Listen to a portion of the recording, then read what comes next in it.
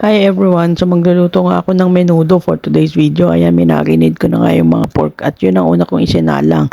Nung nagtuyuan na siya, nilagay ko na nga yung atay. And then syempre naglagay ako ng konting suka pang alis ng lansa.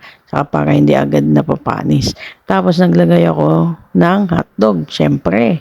Oh, hindi rin pwedeng mawala ang patatas at carrots. Ganun lang kasimple, di ba guys?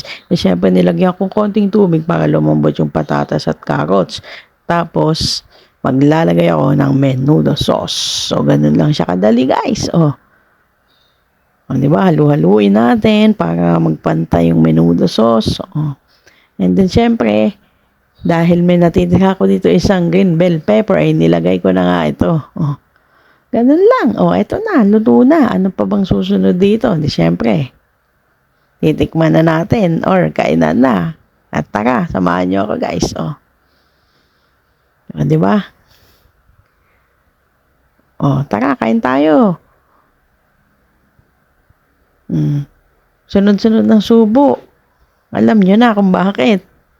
Malamang, masarap to guys. Bye-bye. Thank you for watching.